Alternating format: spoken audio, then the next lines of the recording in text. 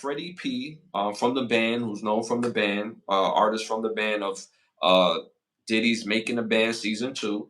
Freddie P has come out and says that his group member, former group member, Sarah Stokes, is lying about the allegations of P. Diddy.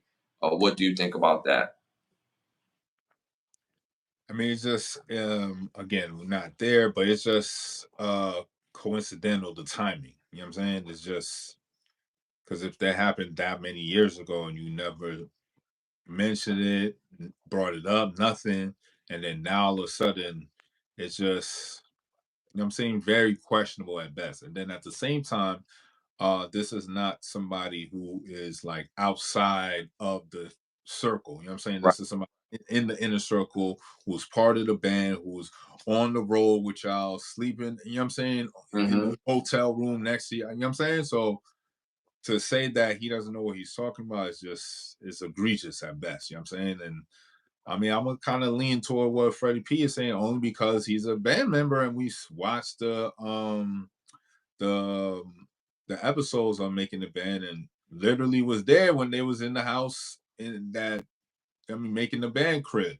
Mm-hmm. He was in the house too. So Mm-hmm. I'm just saying, I'm kind of leaning towards what Freddie P is saying, and it's kind of more believable what he's saying. This is interesting because he's the second band member to speak on this in particular. Because first it was Chopper, Young Chopper, Chopper City. He spoke on that he felt like she was lying because, and we broke we spoke on it in the previous episode where he said there was plenty of times where they would all be downstairs chilling and relaxing. Diddy would come downstairs, ask her to come upstairs, and this happened on a very regular basis. Um, and then there was another incident where it was Sarah Stokes, and that he caught Sarah Stokes and Freddie, who we're talking about, Freddie P, doing their thing. So now Freddie P speaks on it, and he's saying he's not saying this to upset her. He's not saying this to upset her children because her one of her daughters, Sarah Stokes, one of her daughters, came out and spoke and was speaking about this in favor of her mom. But you have people that was actually there, and Freddie P sentiment basically was your mom wasn't a hoe, but she necessarily wasn't a victim based on the energy that was around because P Diddy didn't carry himself that energy of sexual assault. That wasn't a culture at Bad Boy, at least in their presence. So if you was moving and grooving, then you was doing it at your own volition. Mm-hmm. And this is what he said. He said, "My," and then being that it's coming from him, and being that it's coming from Young Chopper, that makes a difference for me. Because when people speak, the messenger matters, right? And the reason why I say them in particular, they don't speak favorably on Diddy when it comes to their life and their billings. I mean, their business dealings with P Diddy. They're saying for the sexual stuff, they didn't see that. They didn't. He always had chicks that none of that energy. They never even peeped, right? But when it came to the business, did he snake them out of millions of dollars? And did he gave them bad deals and contracts? They said yes. Was Diddy kind of like? Was he more like Hood than Flash? They said yes. But that was with business. It wasn't with sexual activity. Again, I'm not sticking up. I'm just setting the story straight based on what they said. What do you say? Again, like I said, they both band members, so it's like their story's gonna have a little bit more credibility. You know what I'm saying, than somebody else, because Mm-hmm.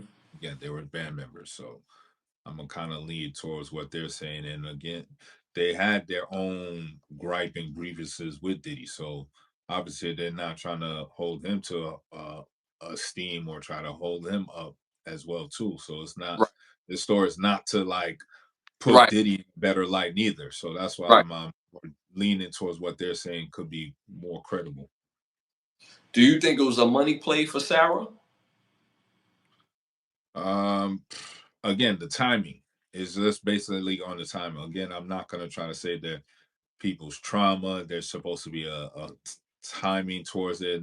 I'm not saying that, but also it just seems kind of thought out. You know what I'm saying? Like it just seems like, oh, this would be a perfect time for me to just slide in and try to get something. And it's like when sharks see blood in the water, they just come running. You know what I'm saying? Yeah. Do you think there's a difference between the timing and platform? What do you mean? So, because you just said it basically, right? The timing, right? Trauma does not have an expiration date, right? So you could have your trauma and deal with your trauma in peace, in private, where you tell the ones that you could gain perspective from to help you move forward. But you take that trauma and put it on a platform for profit. So that's why I'm asking, is it trauma or platform? Again, that's not really up for me to debate on that, honestly, because it's really it's a debatable topic, and it's not really up for me to do. But again, it's just based on timing. It just seems very questionable, and Hmm.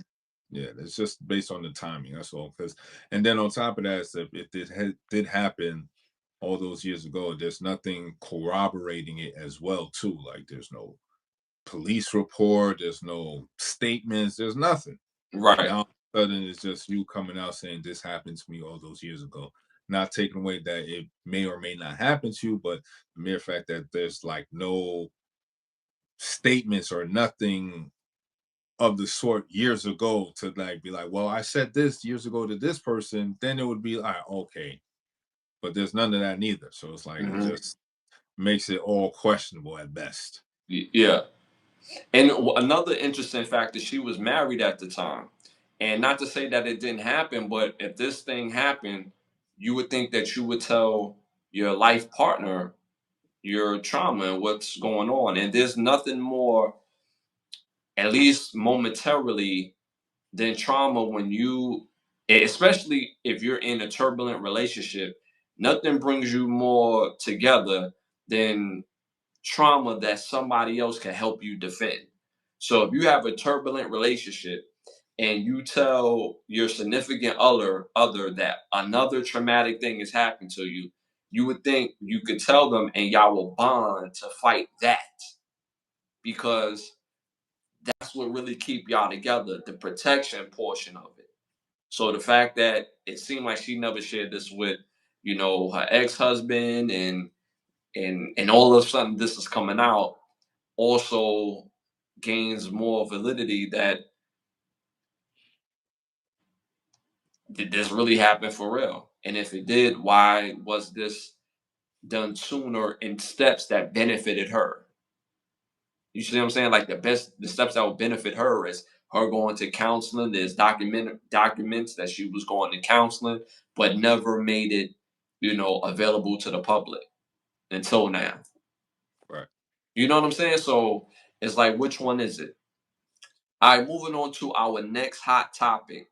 I got a question to ask for this.